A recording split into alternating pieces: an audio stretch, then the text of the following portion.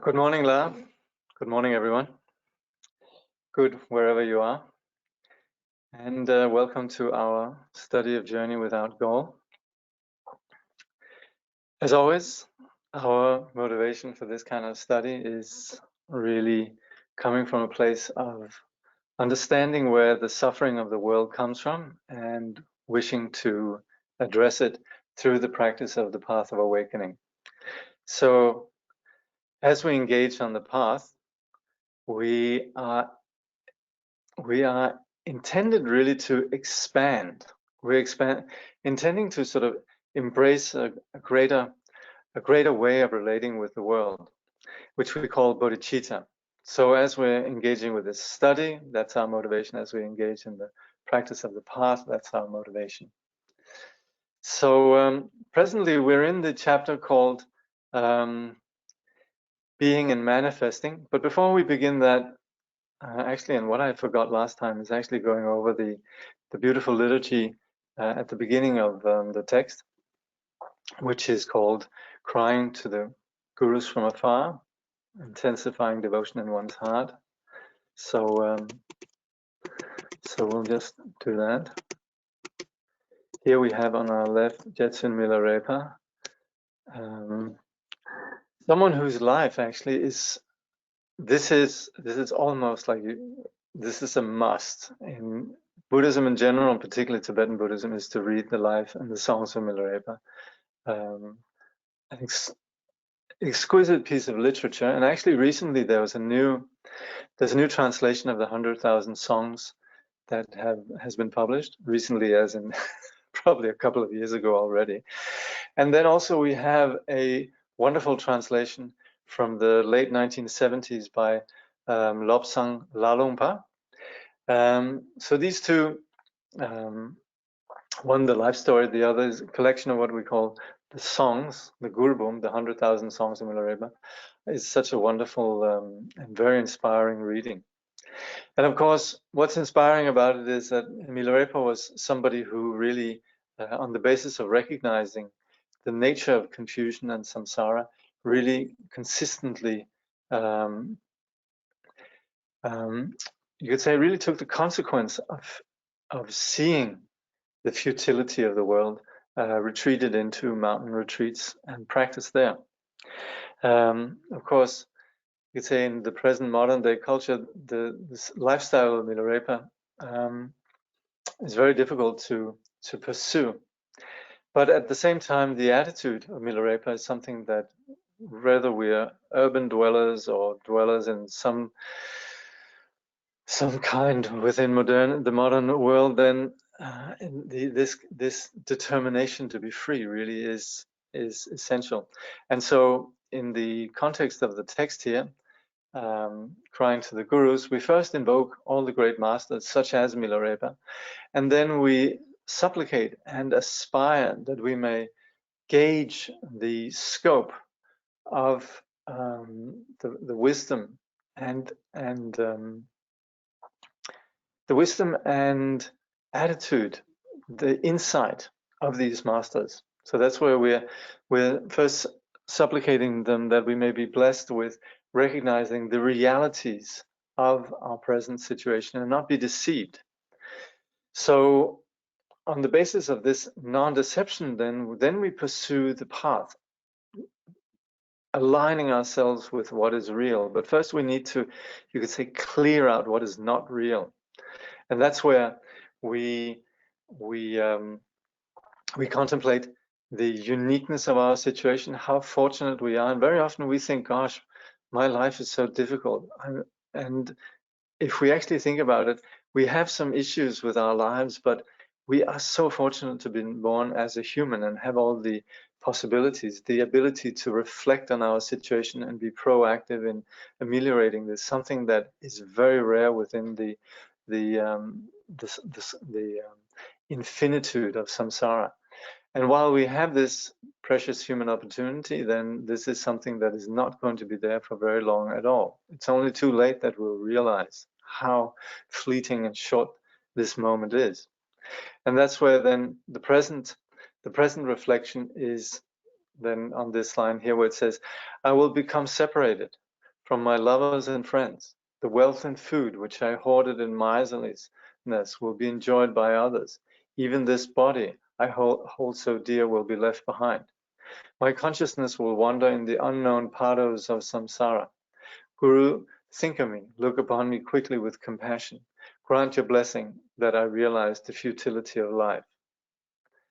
So that's where we recognize the futility of samsara. So we talk about these 4 reflections that change our mind, change our mind from being vastly different from how we ordinarily would do, vastly different from how our friends and relatives, they think about the world. We have a completely different way of seeing things. And while we might have this different way of seeing things, it doesn't mean that we should start arguing with others, but we just realize how important it is to have an accurate understanding of our world. And this is not something that's imparted to us through school, through education, through the media, through the conversations we have with our friends in general. This is a very different perspective, and this is really the perspective that recognizes the futility of ordinary confused projections. So that's where everything that we normally prioritize, which is then lovers, friends, having resources, worrying about our situation and so forth, all of this won't be, you could say, relevant for very long. And also our body that we're so attached to, we're going to let go of that. And that's where we're going to move on into spaces where we might not have the same opportunities that we have right now, what we call the pados. Incidentally, sometimes Bado is spelled with a B, sometimes with a P. But that's where we supplicate the Guru to look on us. The Guru is not indifferent to us. The Guru ultimately abides within as our own Buddha nature, but also externally as our guide on the path that reflects this Buddha nature. And that's where we invoke the presence of this sanity, both outside and within, the form of the Guru, and supplicate, may we cut through the confusion and realize the futility of our ordinary projections.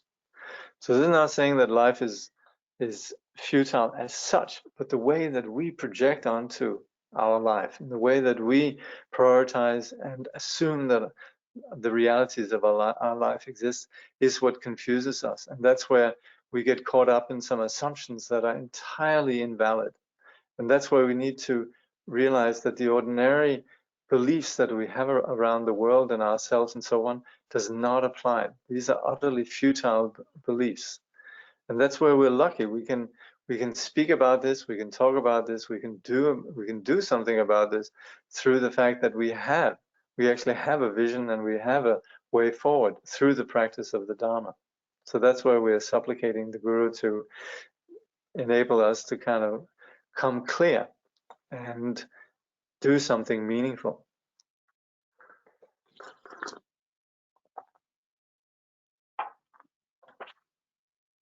So in the chapter now that we're going to look at being and manifesting, we're actually talking about what we call the 3 kayas. The discussion, as in everything we do in Buddhism, takes its point of departure really in our immediate experience, which is the experience of confusion. Right. Location, hold on. So what we're talking about here and what we've covered so far are really 3 levels, but they, like Trungpa Rinpoche will go on to present, really is talking about the 3 kayas, the Dhammakaya, the Sambhogakaya, and the Niyamanakaya. But not presently being awake, we've actually distorted these 3 dimensions into some aspects of our existence. And these aspects are what we in the Abhidharma refer to as the 8 consciousnesses. And they're grouped together so that the first 6 consciousnesses, which have to do with our senses and also the aspect of our mind, this constitutes the aspect of body. And so we looked at that last time, and that's where sometimes we have a very, you could say, unrealistic relationship to our world, because we get very caught up in a rather cerebral, abstract way of relating to the world that is so much influenced by the attitudes behind it, so we don't relate to the simplicity and the immediacy of the world. And this is the aspect of body. And why we don't relate to this aspect so really is because we're caught up in this abstract dimension, which is then the aspect of the afflicted mind. And that's then the seventh consciousness, Nyönyi, or you could say crazy mind, or well, crazy in the sense of certainly not crazy wisdom, but the other crazy, which is the afflicted dimension of essentially our passion, aggression, and ignorance. And passion here doesn't necessarily mean the positive kind of passion of, forging ahead with something beautiful and big. We're talking about passion here in a rather habitual manner of, like Trungpa was just saying, wanting to spray glue all over our reality and attach ourselves to it. So that's where we have attachment. We've looked at also aggression, that we live with this sense of alienation to ourselves and our environment. And then we're going to look at ignorance. And these three constitute then what we call then this afflicted mind, the crazy mind, the mind of emotions. And this then will take us to the last consciousness, which is then what we call the all ground, the basic alaya, or basically what Trungpa actually, and this is a brilliant way of referring to it as the dimension of mindlessness, unconsciousness. And basically samsara is just a condition of mindlessness.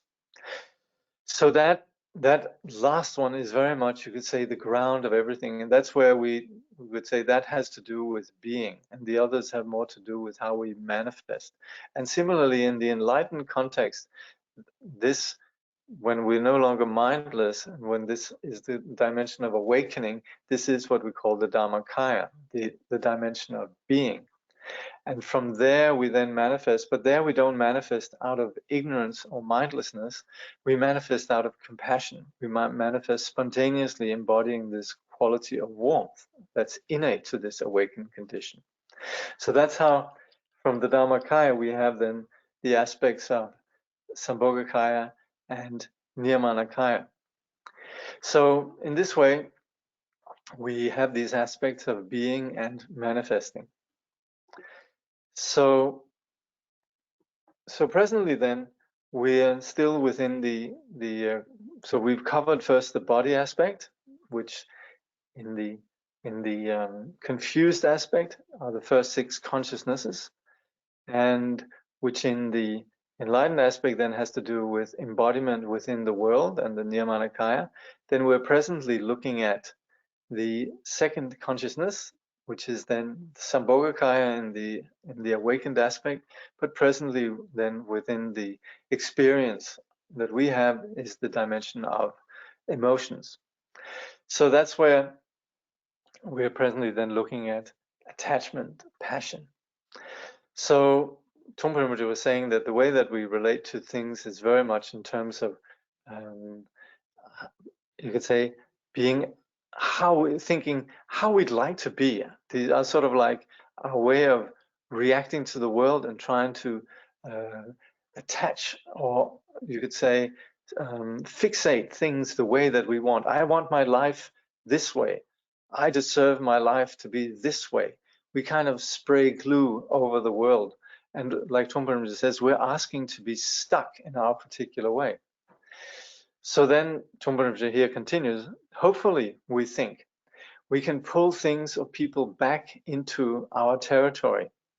Once I get stuck to something, I've got enough sanity and enough power to pull it back to me. I want to make sure to begin with that my glue is strong enough.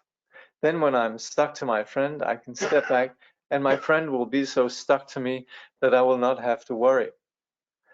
He or she is always going to be with me because my glue is so powerful, so strong, and so tough. That is the game we play. But the problem is that things get turned around and we find ourselves stuck.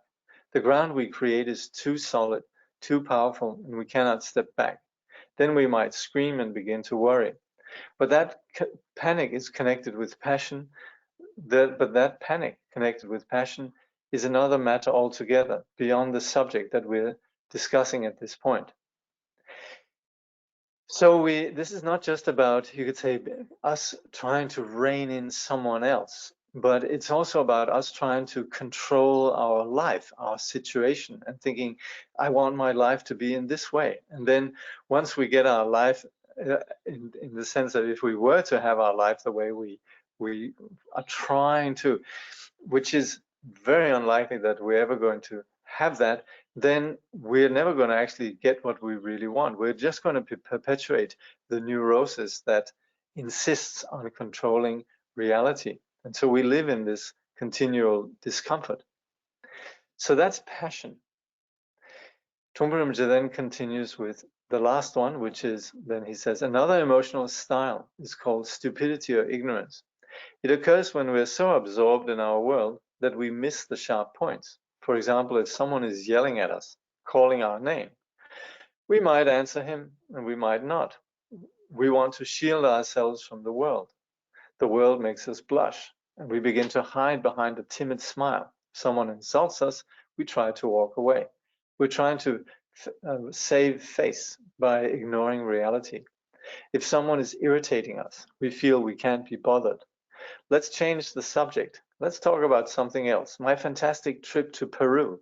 I took photographs there when I was with the Indians. It was fantastic. We become very skillful at changing the subject of conversation. Sometimes we shield ourselves with a little sense of humor, but the humor is usually somewhat superficial. Fundamentally, we are ignoring the situation.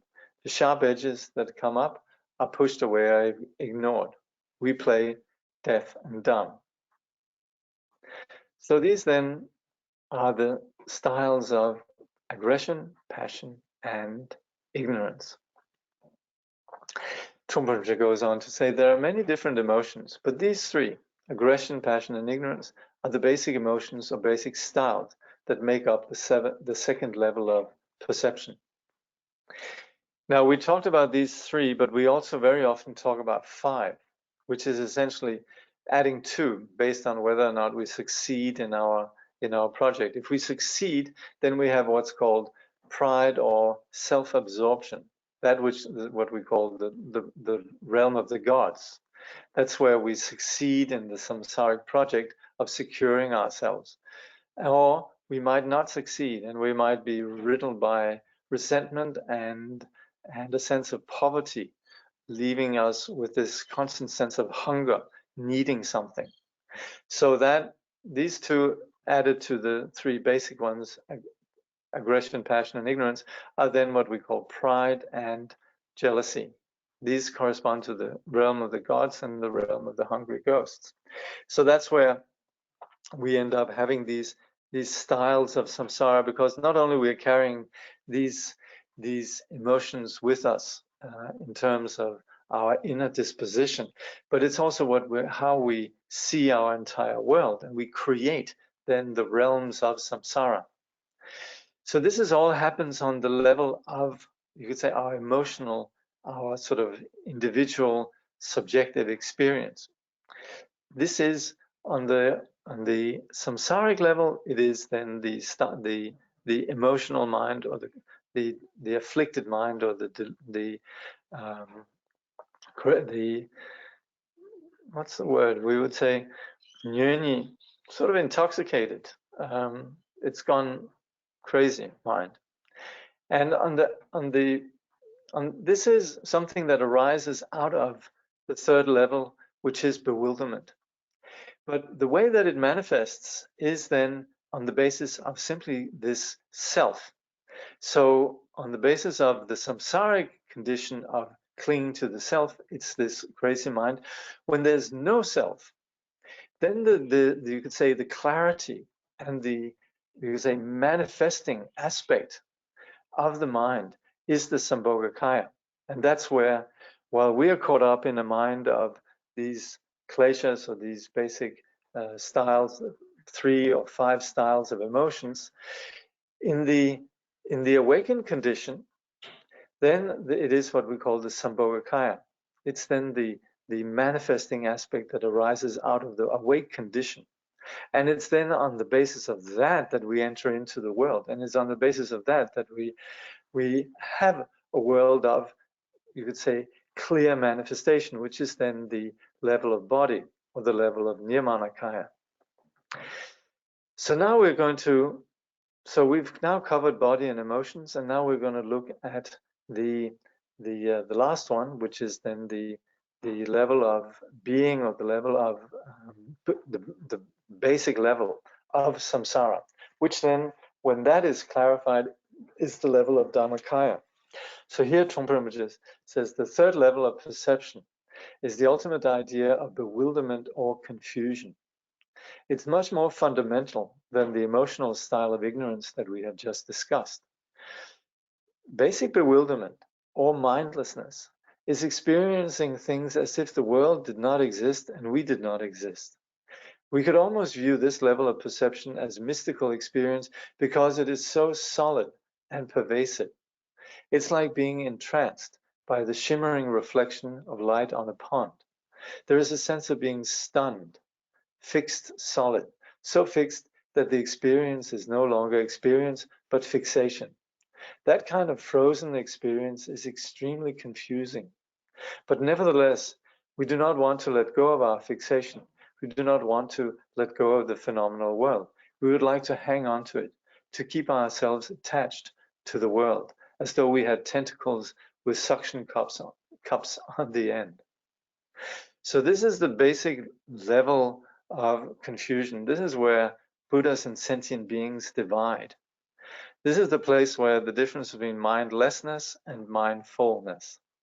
So that's where, as practitioners, we would be familiar with when we're practicing meditation. We might be there, and then all of a sudden, with no warning, we're gone. We're sort of in this vacuous dimension of just tagging along unconsciously with what's going on.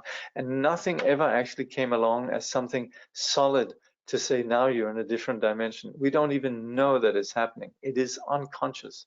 So it's so pervasive. It's so, you could say, all encompassing.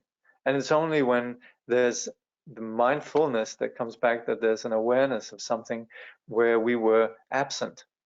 And so within that condition, when we don't have the option of mindfulness, or we are not mindful, then in the condition of being mindless, then we relate to the entire world from this deluded perspective of not having any idea where we're going, just being essentially stunned. And we might be rather attached to that. So sometimes when we are caught in this dimension of just being unconscious, there's also a strong sense of stubbornness, of just wanting to stay there. It's the exact antithesis of what we do with meditation. So in that condition, Trungpa Rinpoche then continues, we are determined to ignore the possibility of any spaciousness in our experience. This level of bewilderment is the fundamental style of ego. Space is completely frozen into mindlessness. In such a state, it is impossible to step out or to step in. There is a sense of being fixed, being part of a rock or mountain. It is like flat air, which doesn't have any energy. We begin to feel that our head is being flattened on the top, as though we were wearing a cast iron frying pan on our head.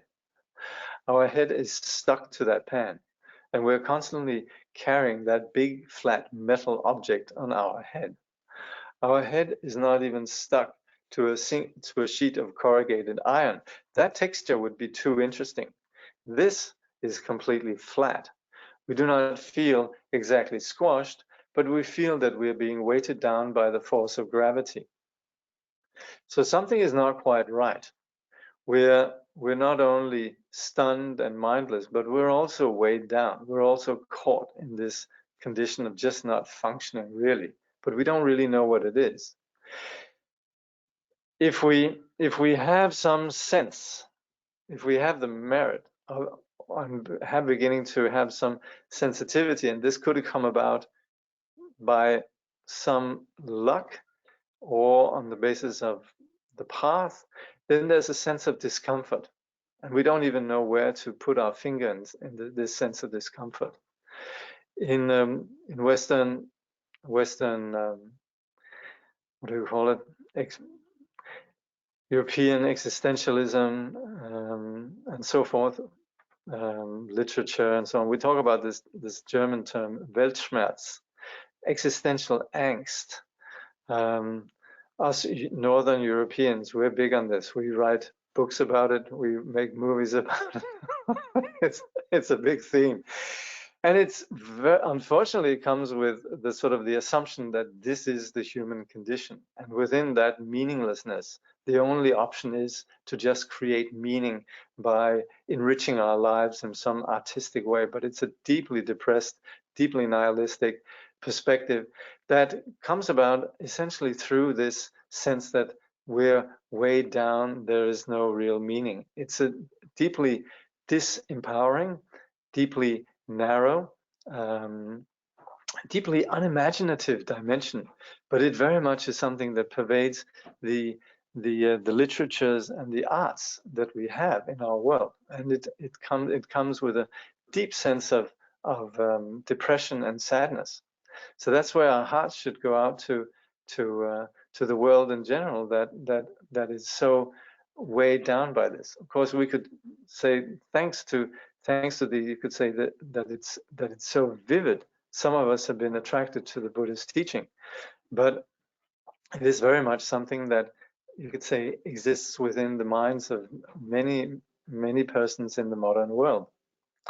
So, of course, in the present context, I'm a little bit digressing into a social perspective here, but of course, what we're talking about here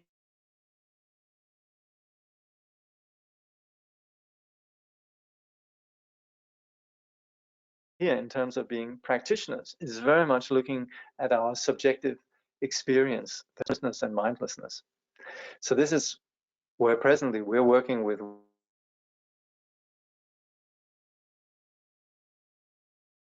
that we shouldn't worry about anything at all. On the one hand, everything is there, and at the same time, it's confusingly not there. We can't be bothered to talk about anything at all. We can't be we can't be bothered to talk about anything at all. We're carrying a cast iron head. Our shoulders are stiff, our neck is stiff, and in fact, our whole body is made of cast iron. Since our legs are of cast iron, we can't even move. But we still have a heartbeat, which is a reference point. The only things functioning are our lungs and heart. We breathe in and out of our heart, and we breathe in and out, and our heart beats. It is the ultimate level of stupidity or bewilderment.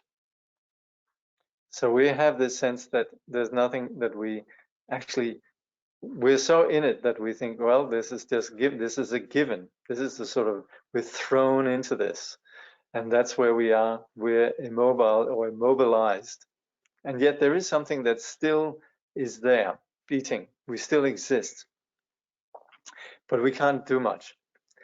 So Trungpa continues, we have been discussing the samsaric way of handling our world in terms of the three levels of samsaric perception: body, emotions, and mindlessness.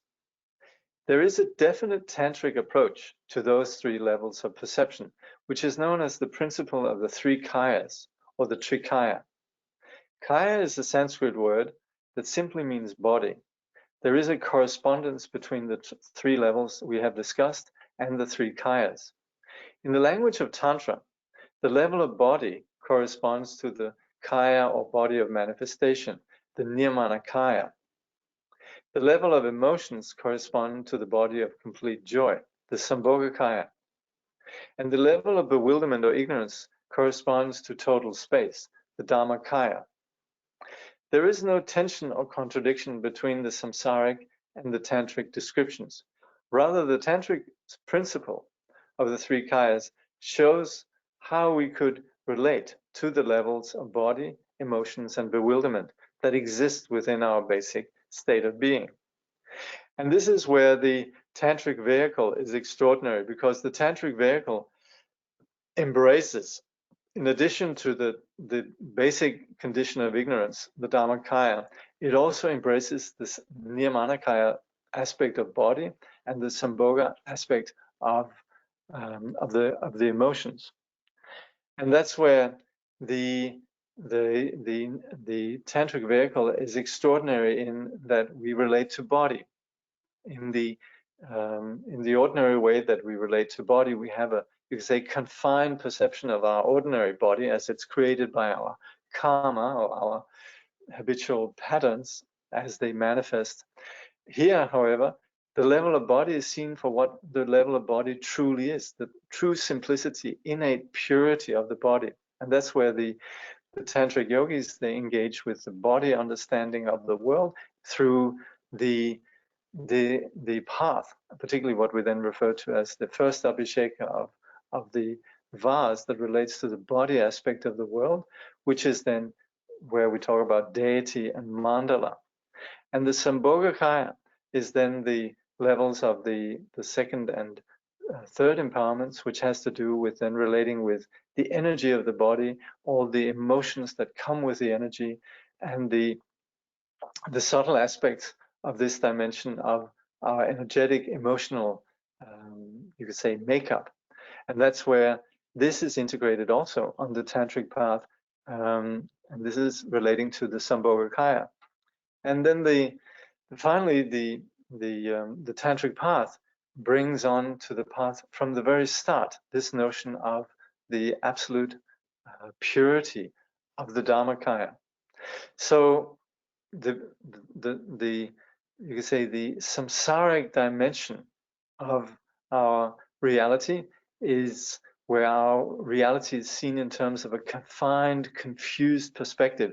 And the tantric principle is introducing this perspective that despite our present confined perspective, the innate purity is never corrupted. And that's where the tantric vehicle then takes this abiding purity, or what we would call the result of the path, the result of purification, the innate ground of purity. It takes this as its actual vehicle. So that's where the tantric principles, right from the start, actually relate to the purity of our body, the purity of our emotions, and introduces the purity that exists beyond this ordinary mindless bewilderment. So Trungpa Rinpoche continues, traditionally, Dharmakaya is the first kaya, corresponding to the samsaric level of mindlessness. Dharma means law, norm, or truth, among other definitions. The teachings of the Buddha are called the Dharma, the truth. The first kaya is called Dharmakaya, the body of truth, because the Dharma speaks completely and totally in accordance with the language of ignorant people. The starting point for hearing the Dharma is confusion. If we are not ignorant and confused, thoroughly, utterly, and completely, there is no Dharma. At the same time, Dharma speaks the language of intelligence, which is the opposite of ignorance. The Dharma is able to communicate the truth by relating to the confusion of sentient beings. So we can see this a bit, Dharmakaya, we can see this a bit in terms of medicine. We could say without there being a patient, without there being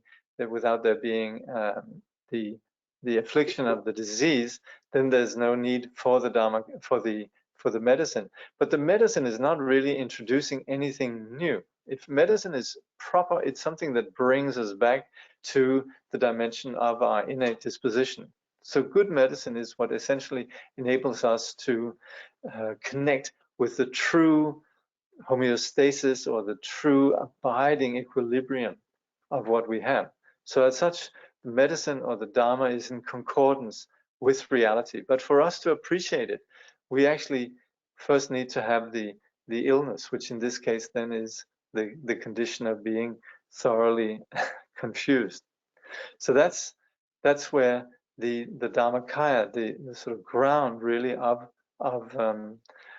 the ground of our reality should be understood. So this is then the dimension of being. Trungpa Rinpoche continues, Dharmakaya is the original state of being, which transcends our basic state of mindlessness. It is the opposite of having a cast iron pan on our head. It is a state of complete freedom. It is so free that the question of freedom does not even apply. It is complete and it is open, thoroughly open utterly open, magnificently open. Dharmakaya is so completely open that the question of openness does not apply anymore. And so complete spaciousness, and so completely spacious that reference points do not make any difference. So essentially the Dharmakaya speaks to us, and we will come across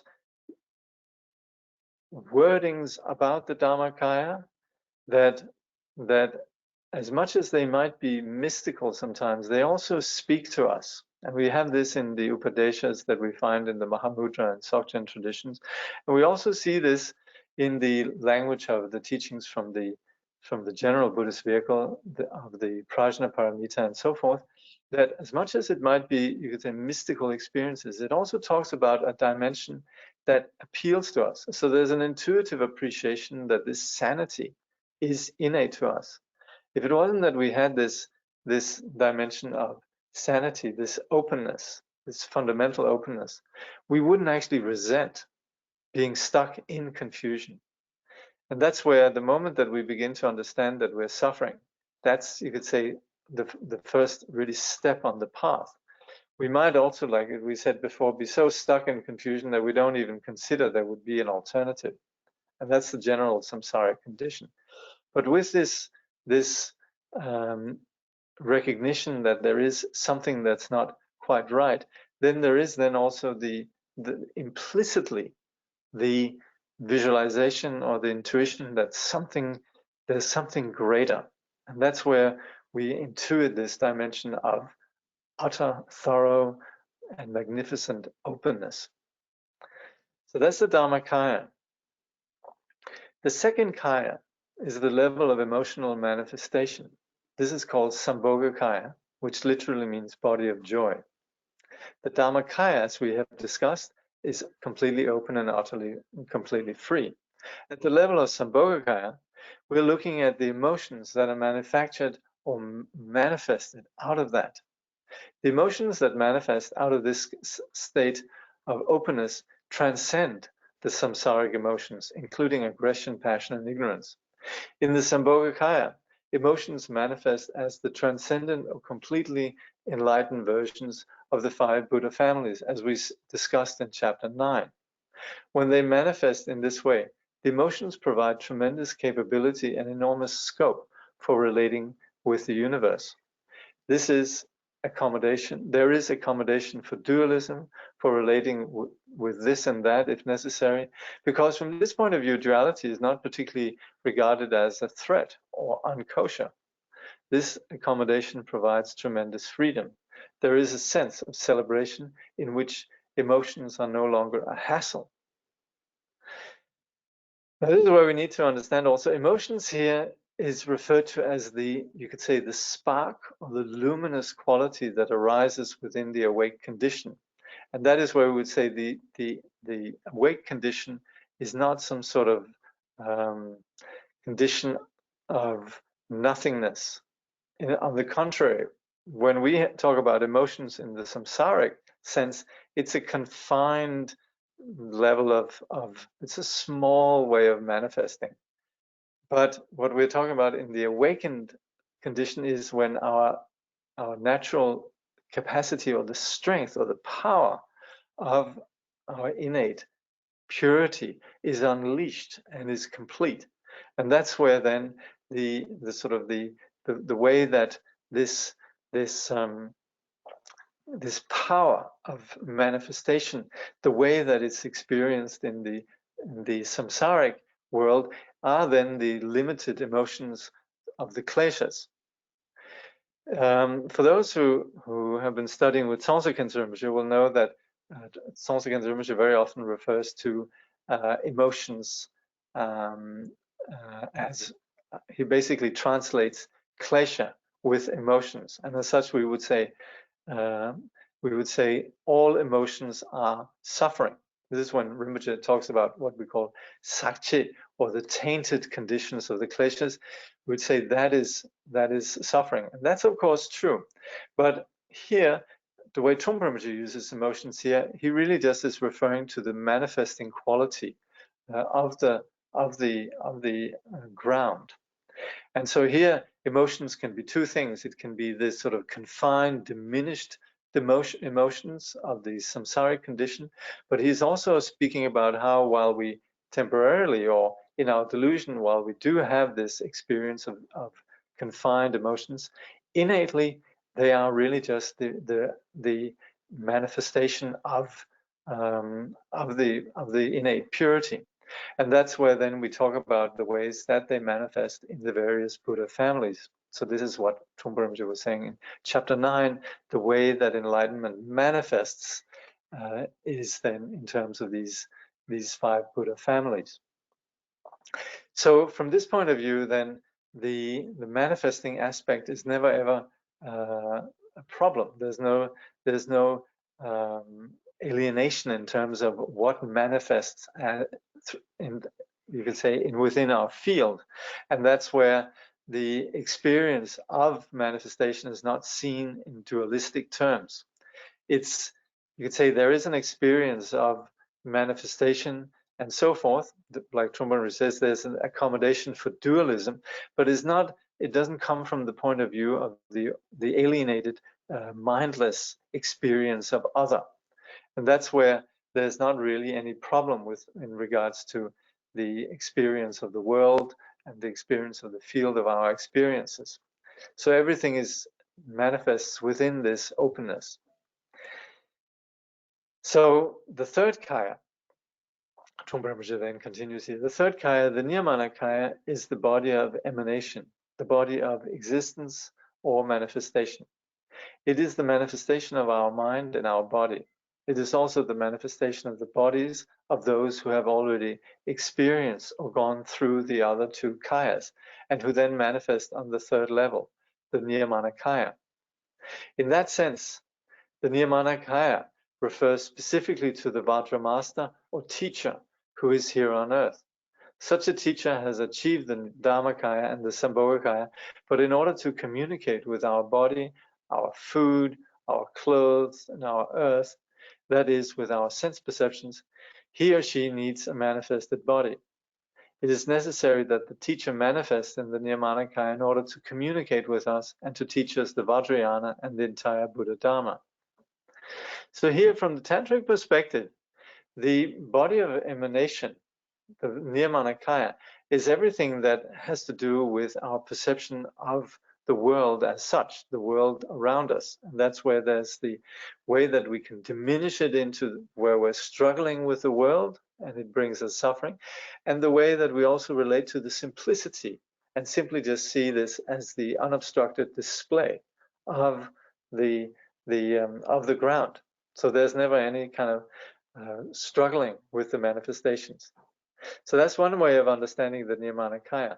But there's then also the Niyamanakaya in where the awakened condition is manifest compassionately, speaks to us. You could say the universe speaks to us. To sort of, we have to take some of these New Age cliches with a little bit of grain of salt. But there is this sense that there is blessing taking place, that we're, with our openness, that there is the possibility that the clarity that's innate to us manifests externally. And that's where then the Niyamanakaya is also then the representative of this bodily reality. But not only that, this representative of that manifests in a body also is the one that embodies the awakened condition and all the qualities of the awakened condition. So the Vajra Master is seen as the Vajra Master, that is the Niyamanakaya, is someone who also completely embodies and has the realization of the purity of the Dharmakaya and the Sambhogakaya. So essentially the teacher then is the one that manifests in the bodily form to communicate reality to us. And that's where the teacher then manifests in order to teach us the Dharma. Now there's some big topics that are being discussed here, but so I hope I'm clarifying it. Sometimes, you know, when you're clarifying things, you're doing so through the medium of words, you run the risk that you might confuse the other more than actually clarify. And that's where, of course, I would, and this is always my agenda with this, please, more than anything, relate to the writings here of Trungpa Rinpoche. Let the book speak for itself, and of course, what you have here is my attempt to clarify some things. But if things aren't clear, then I would say it's very helpful to just go on a very sort of straightforward level, to just go back to the text, read this chapter again and again. And I would say particularly with this chapter, for if you're a sadhaka or if you're a practitioner of the Vajrayana, in whichever context, whether you're practicing the development stage or completion stage aspects of the Vajrayana, then this particular discussion is quite important. It's quite important in terms of understanding what exactly we're doing on the path. So that's where I would warmly recommend to read and reread this chapter. And I would say this is something that will become second nature to us. What we're talking about with the three kayas is the same old, but we are integrating all aspects of our reality, the ordinary world, the body aspects, and the emotional world. We're not just stuck with, you can say, trying to transcend everything, being beyond the world or whatever, you know. And that, of course, is essential. Yes, we're transcending our ordinary confusion, and as such, all the various Buddhist vehicles, they agree in that. It's about awakening.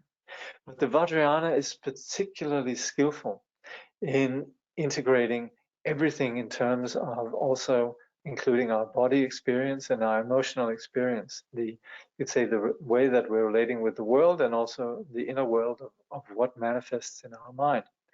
And that's where the awakened condition in the Vajrayana is so much understood, not just in terms of the absence of confusion, the non-delusion, but also in terms of how this non-delusion is always present. And that's why in the Vajrayana so often we would talk about the three kayas as basically synonymous with the awakened condition. Sometimes we would talk about wisdom, sometimes we would talk about the three kayas, but we're saying the same thing. We'll sometimes say, I take refuge in wisdom. Sometimes we'll say, I take refuge in three kayas. And you might say, three kayas, what? This, that, and the other. But we are constantly just talking about our actual experience. But with describing our actual awakened experience in terms of the three kayas, we're making sure that nothing is left out, nothing in terms of what we actually experience. So that's where we're not just talking about the ground experience of being, but we're also talking about how this being manifests. Okay. I think we have time for some Q&A.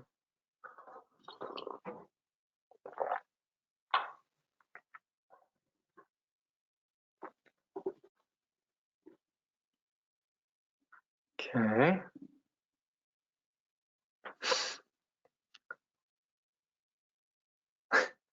What's the name of the German philosophy you mentioned before? Oh, look, I was using this German word, yeah, from German philosophy existentialism, Weltschmerz. And that's just something that's, you know, you have it. It's described in the writings of you know, many European, and particularly 20th century writers. This really is what we all, in English we also have a word for it, which is really existential angst. But it's a basic discomfort with our existence, and some might have it and some might not. The one German actually, yeah, that's existentialism. One German author, Hermann Hesse, he would consider that those that actually experience this, they would be somewhat blessed. He was talking. There's a, what was it? I think it's in Demian. He speaks about this, the sign of Cain or the sign of Abel, which is really just that you've lost your innocence, and that is understood as a good thing. You're not deceived by the world. That's right.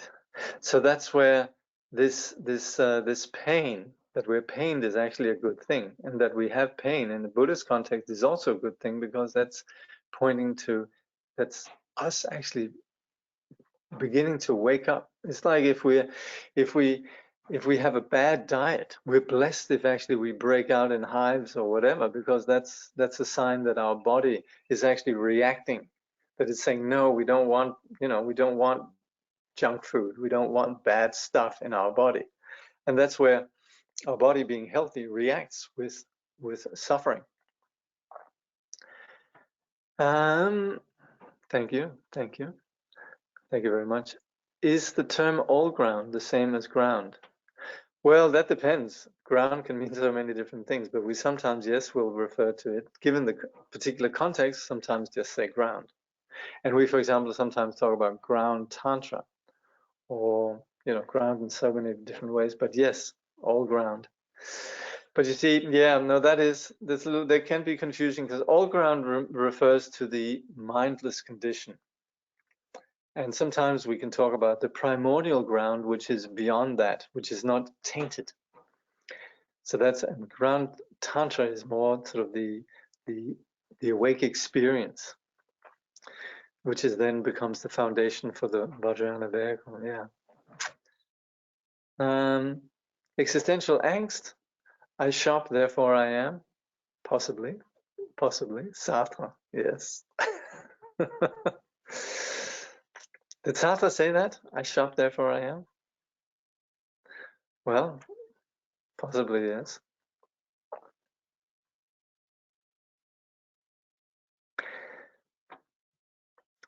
Please read and reread this chapter, but let me just say, what could be confusing is that we're talking about, on one hand, confused experience, and we need to acknowledge our confused experience.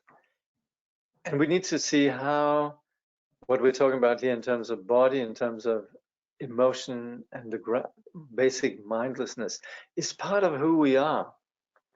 For example, in the beginning, when Trungpa talks about how we sort of resent the world and how we're at conflict with the world, we need to recognize, yeah, I do that. That's how I struggle with the world. So we're not talking about something abstract. And then we operate with understanding passion, aggression, and ignorance, how that exists within us. And that's an inner dimension, right? That's also us. And then the basic mindlessness. We need to also understand that, how there's a sense of my basic, you could say, basic discomfort, the basic sort of, I'm not quite up to what I could be. There's something not quite right. This is the cast iron pan. So that's where we're, on one hand, trying to paint a picture of our confused condition. But what we're also saying, and what is particular then to the Vajrayana vehicle, is saying, as much as that confused condition exists right now, it's really just, it's just a shadow of what's actually there. So we could use this to actually be a stepping stone into something that's far greater. And that's where we would say, and that's particular also for the Vajrayana, that we would say we never reject anything in terms of our experience. We work with it to discover what's really there. Behind it is the luminous quality. There's a luminous quality of the body, which is the Nirmanakaya, the luminous quality of these afflicted emotions, which is the Sambhogakaya. There's the luminous quality of the mindlessness, which is then the Dhammakaya. Question here. In the dedication prayer, we say, may all beings remain inseparable from the kayas and wisdoms. What are the wisdoms here in this context?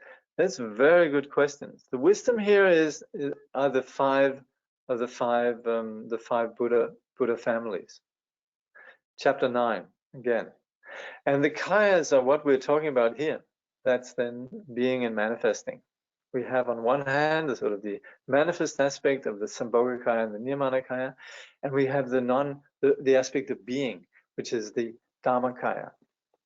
So within this, then, we would say wisdom is the awake quality, which we can understand in terms of, sometimes we refer to them as five wisdoms. Mindlessness, then there's another question. Mindlessness is distracted, is all ground of mechanical karmic reaction. Well, it's the all ground. And the all ground is, yes, where the karmic patterns are stored. But even more basic than the karmic patterns are the, which you could say exists on the Niyamanakaya level, is the level of the afflictions, which is then the Sambhogakaya. And even more fundamental than that is the basic level of mindlessness, which is then the ground for all of that. So all of this is founded on the all ground. Yeah. Basic unconsciousness, basic condition of not being awake. So within the Vajrayana, we have this practice of yoga, of integrating all our experiences. And that's where we have this paradox, which is that Vajrayana might seem complex. You know, it might seem as if the Vajrayana is engaging gods, it's engaging all sorts of things that some people, sadly in their confusion, relate to as if it were religion. But it's yoga. It's beginning to relate more simply, directly with all our aspects. But this is, of course, we can talk until the cows come home about this, and people will still stubbornly continue to sort of construct Buddhism as religion or construct Vajrayana as religion. And what can you do? You know, so there's not much we can do about it, but it is so important, particularly when it comes to Vajrayana yoga, that we appreciate that we are talking about an innate dimension of simplicity and the possibility that we could integrate all aspects of our experience on the path. So we would say the more profound the teachings are, the more they seamlessly are applied within our situation, our present situation. So that's why in some aspects you could say some less skillful paths are about distancing ourselves from the world, but the more profound the teaching is, the more it's integrated within our immediate experience. That doesn't mean that we don't, like we started off talking about, don't have the renunciation or the determination to be free, like that of Milarepa. But we might not be able to do like Milarepa. Milarepa, in some way, you could say, had the ideal conditions. But not having you could say, the luxury of the mountain cave, we nevertheless can still, and on the basis of particularly the Vajrayana, we are left with the possibility of integrating the path within our ordinary present experience. And that's where the Vajrayana is so immensely skillful, in that it integrates all aspects of our present experience: body, emotion, and mind.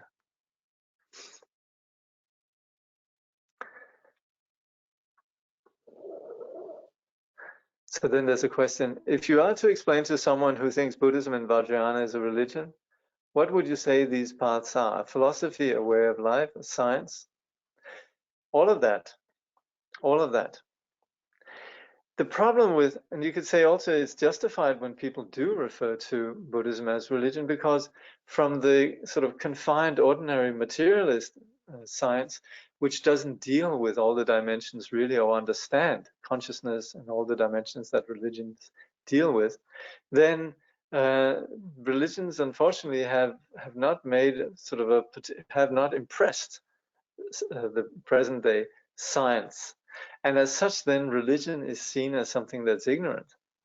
But religion actually is what deals with these dimensions that materialist science don't deal with. What is life? What happens when we die? Where do we come from? And all of that. And that's where then, from the time of Descartes and this sort of the way of the modern world is to say, okay, everything that has to do with this mystical stuff, that's the domain of religion, you know, that's the domain of whatever, you know. And the most modern people, they've sort of just given up on that. And that's a really sad state of affairs. So we could disagree that Buddhism doesn't fit into the doesn't fit into the Dhamma. It's not ignorance, but it does deal with those things that's ordinary science in the modern world is not capable of, and that's why it is slotted in with the religions, simply just because it doesn't fit in, you know. So so to sort of validate Buddhism in the modern conversation, you're gonna have to you can say it's a philosophy, it's a way of life, it's a science, but none of these will do justice, because simply Buddhism goes beyond the scope of what the ordinary modern person knows. So so that's what we're doing, is really just pointing. But if we say it's a philosophy, then, you know, people will think one thing, you know, think of something very cerebral, right? And you say it's a way of life, sure, you know, lifestyle, you know, sure, there could be, I mean, so many different things, you know. And a science, sure, sure. Also, you know, there's some rational arguments, and there's a lot of, you know, reasoning in Buddhism for sure. But again, it's more than that. It's an applied science, you know. So all these sort of, you could say, what we struggle with really in a modern context is that something like Buddhism is just not understood, you know. It'll come, thanks to you practicing the Buddha Dharma, things will change, and sort of a greater science will probably emerge. So someone says, I've heard, there's a question here, I've heard that religion means that you believe in a creator and God. Not sure if that is true. That's right. That's right. And for the modern person, that's essentially sort of synonymous with ignorance. So a lot of the, you could say, existing definitions are just not valid when it comes to something like what we're discussing here. Anyway, we're blessed to have the circumstances and the teaching. The heritage of the Buddhist teaching is still with us. There's still a living transmission through the Dharma realization and the Master, so we're very fortunate. So, okay. Thank you very much. We'll conclude with dedication.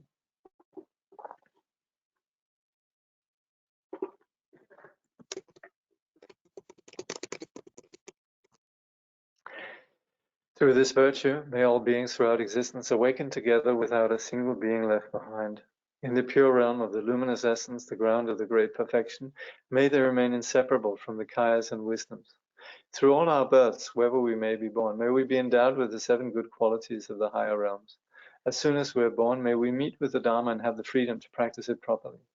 At that time, may we please the holy gurus and practice the Dharma throughout the day and night. Realizing the Dharma and accomplishing its essential meaning, may we cross the ocean of existence in that life. Thoroughly teaching the holy Dharma in this world, may we never tire of accomplishing the benefit of others. By this vast benefit of others, without partiality or bias, may all attain Buddhahood together.